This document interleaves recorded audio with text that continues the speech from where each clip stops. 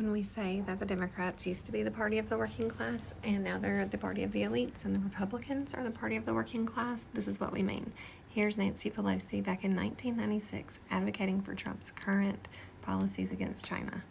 And keep in mind, this is when the trade deficit was only $34 billion, whereas today it is $295 billion.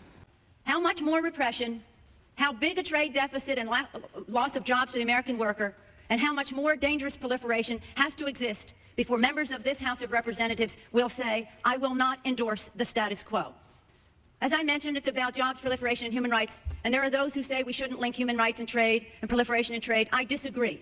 But if we just want to take up this issue on the basis of economics alone, indeed, China should not receive most favored nation status for several reasons that I'd like to go into now.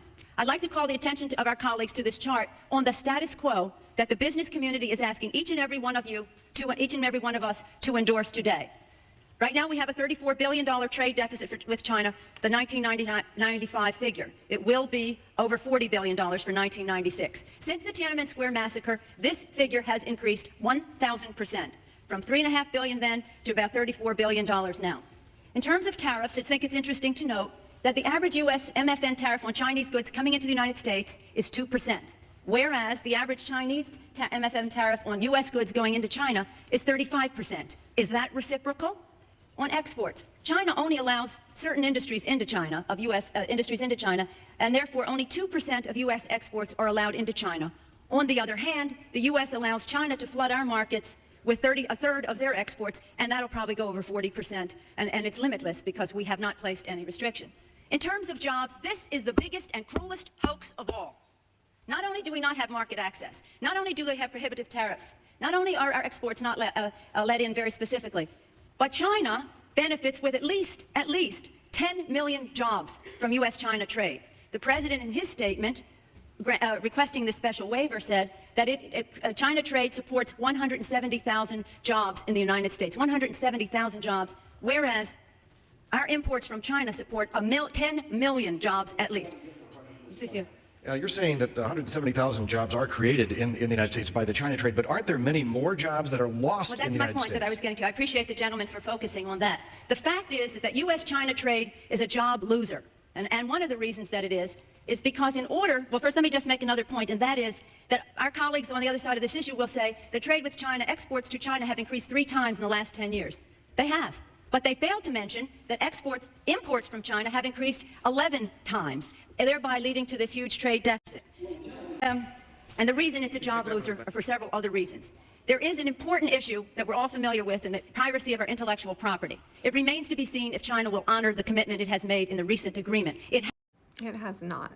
Hasn't honored the memorandums of understanding or last year's agreement. And indeed, there's a report in the press yesterday that one of the PLA, People's Liberation Army factories has resumed production. But anyway, the other issue in addition, if intellectual property is a $2 billion, $3 billion loss, technology transfer is in the hundreds of billions of dollars. If you want to sell to China, your products into China, the Chinese insist that you open a factory there. They misappropriate your technology, open factories of their own, and then say to you, now we want to see your plan for export. That's as simply as I can say it briefly. But the fact is, this isn't about products made in America. The Chinese want American products that are made in China. And the most serious of these transfers of technology are in the airline industry, where Boeing tail sections of the Boeing 737s were mostly made in Wichita, Kansas. Now they are made in Shen province, where workers make $50 a month. And the transfer of the technology and the transfer of the jobs has taken place.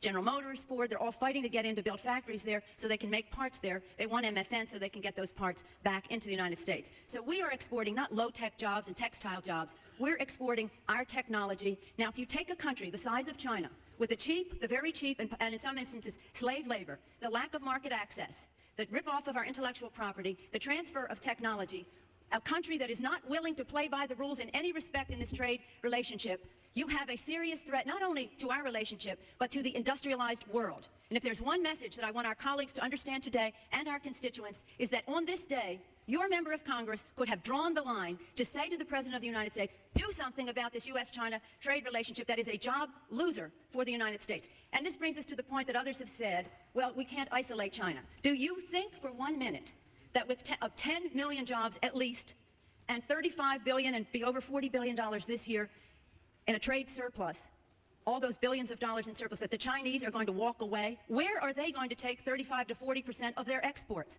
Who's going to buy them? This is what sustains the regime. The funding and the jobs, they can't have those people out of work. They have to be at work exporting to the United States.